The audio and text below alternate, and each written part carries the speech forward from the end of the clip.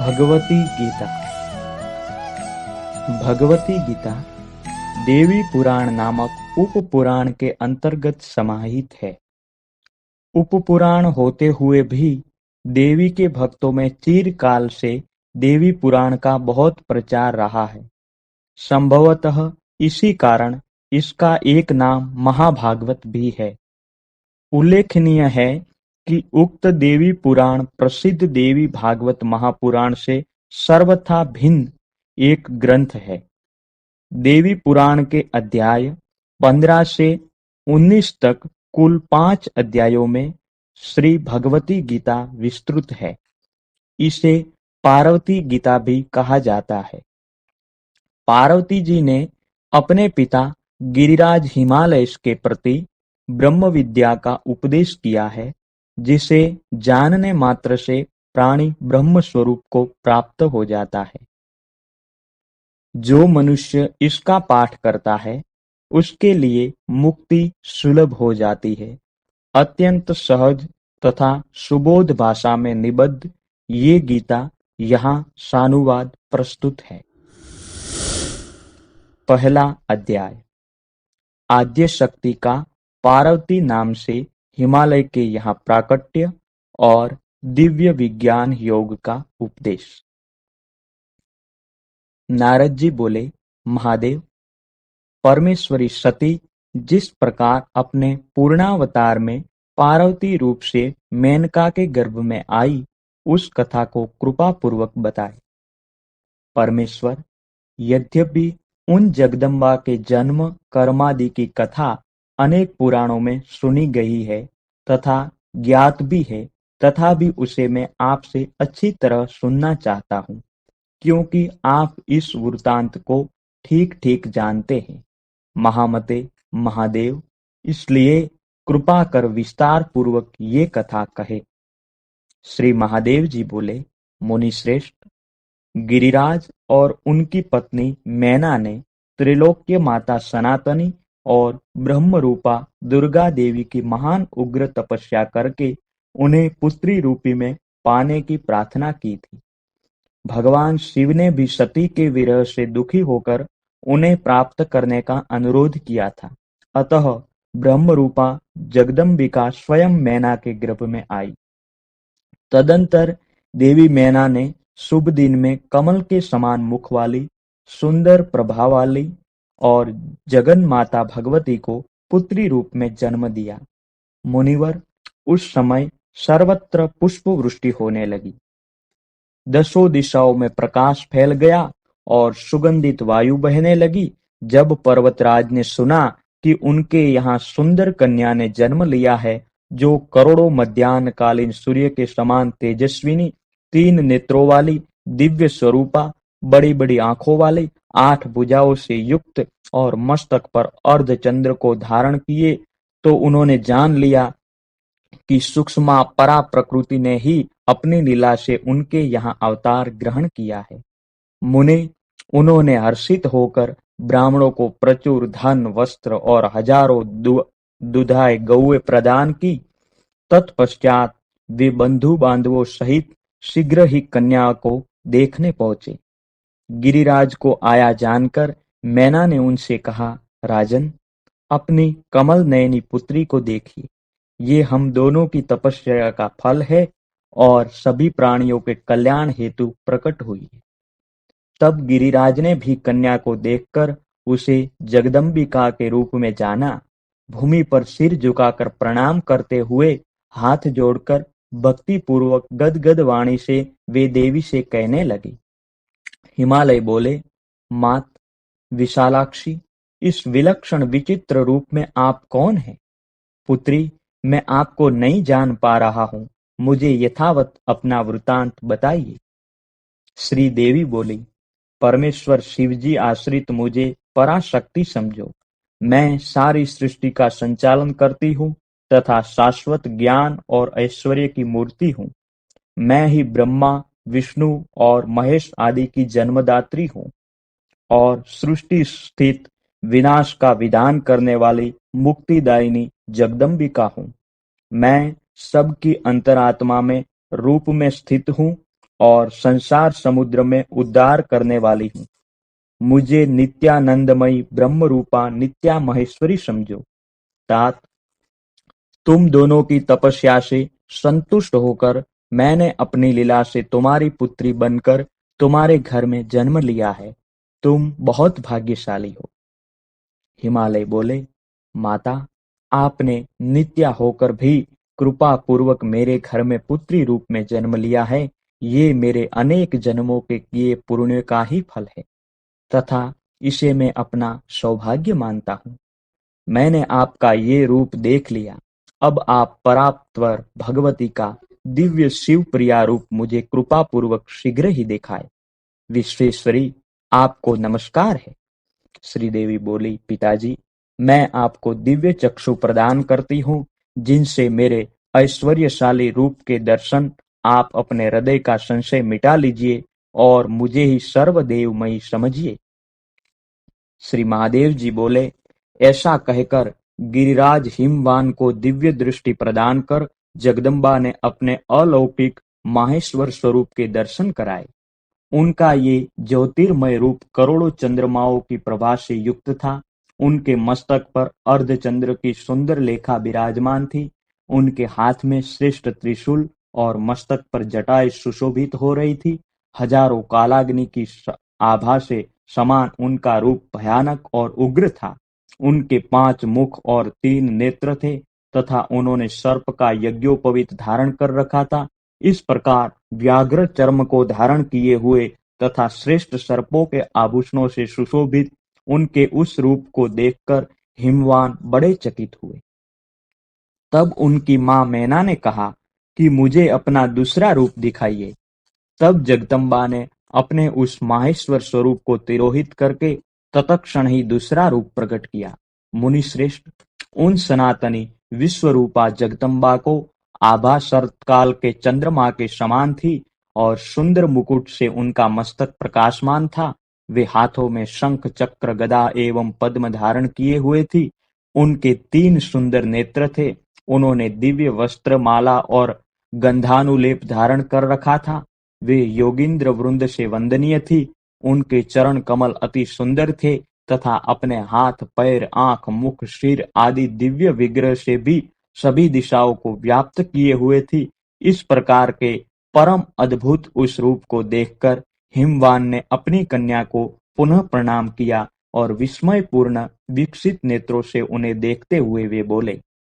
हिमालय बोले, माता, आपका ये श्रेष्ठ रूप भी परम ऐश्वर्य से संपन्न है, जिसे देखकर मैं चकित हूँ। मुझे तो कोई अन्य भी रूप दिखाइए। परमेश्वरी, आप जिसकी आश्रय हैं, वह व्यक्ति निश्चय ही अशोच्य और धन्य है। माँ, कृपा पूर्वक मुझ पर अनुग्रह करे। आपको बारंबार नमस्कार है। श्री महादेव जी बोले, अपने पिता पर्वतराज के द्वारा ऐसा कहने पर जगदम्बा पार्वती ने अपने उस रूप को भी समेटकर दिव्य रूप धारण किया। नील कमल के समान सुंदर श्याम वर्ण एवं वनमाला से विभूषित उस रूप की चारों भुजाओं में शंख, चक्र, गदा और पद्म सुशोभित थे। उनके उस रूप को देखकर शैलराज हाथ जोड़कर अत्यंत हर्षपूर्वक ब्रह्मा, विष्णु तथा शिव स्वरूपा सर्वदेवमयी उन आदि शक्ति जगदम्बा का इस स्तोत्र से स्तवन करने लगे। हिमालय बोले, माता, आप प्रसन्न हो। आप परम शक्ति है। आप में सब कुछ सन्निहित है। आप ही इस चराचर जगत की अधिष्ठात्री और परम आश्चर्य है। शिवे, आप ही सब कुछ है। इस त्रिभुवन में आपके अतिरिक्त अन्य कोई तत्व विद्यमान नहीं है। आप ही ब्रह्मा, विष्णु और महेश है और आप ही पराशक्ति है। आपकी अचिंत्य लीला का वर्णन मैं कैसे करूं, जिसका ब्रह्मादि भी पार नहीं पा सकते। विश्वेश्वरी, आप ही स्वाहा रूप से सभी देवताओं की तृप्तिकारी का, शवधार रूप से पितरों की तृप्ति का कारण और महादेव प्रिया है। आप ही हव्य और कव्य है। आप ही नियम, यज्ञ, तप और दक्षिणा है। आप ही स्वर्ग आदि लोगों को प्रदान करने वाली तथा समस्त कर्मों का फल प्रदान करने में आप ही समर्थ है। महादेवी, आपको प्रणाम है। माता, जिस आपके पर से भी परतर सूक्ष्मतम रूप का योगी जन शुद्ध ब्रह्म के रूप में वर्णन करते हैं, शिवे वह आपका मोहक रूप मन और वाणी के लिए अगम्य और त्रिलोक्य का मूल कारण है। वरदायिनी भगवती, मैं आपको भक्ति पूर्वक प्रणाम करता हूँ। विश्वेश्वरी, मेरी रक्षा करे। जगदम्बे, आप सहस्त्रों उदयमान सूर्यों के समान आभा वाली, 8 भुजाओं से युक्त विशाल नेत्रों वाली एवं मस्तक पर चंद्र रेखा से सुशोभित है तथा आप कल्याणकारिणी ने लीला पूर्वक स्वयं ही मेरे घर में जन्म लिया है। उदयमान करोड़ों चंद्रमाओं की शीतल कांति से युक्त नयनों वाली त्रिनेत्रा बाल स्वरूपा आप भगवती जगन माता को मैं भक्ति पूर्वक प्रणाम करता हूँ। आप प्रसन्न हो। शिवे, आपका रूप चांदी के पर्वत की कांति के समान उज्जवल है। आपने सर्पराज का सुंदर आभूषण धारण किया है। दुर्जनों के लिए भय उत्पन्न करने वाले 5 मुख कमलों और भयानक 3 नयनों से आप सुशोभित है। अर्धचंद्र सहित जटाजूट को आपने मस्तक पर धारण कर रखा है। शरणदात्री विश्व जननी, आपको भक्ति पूर्वक मैं प्रणाम करता हूँ। अंबिके, आप प्रसन्न हो। भवानी, कोटिश चंद्र के समान उज्ज्वल रूप और दिव्य वस्त्राभरणों से आप सुशोभित है।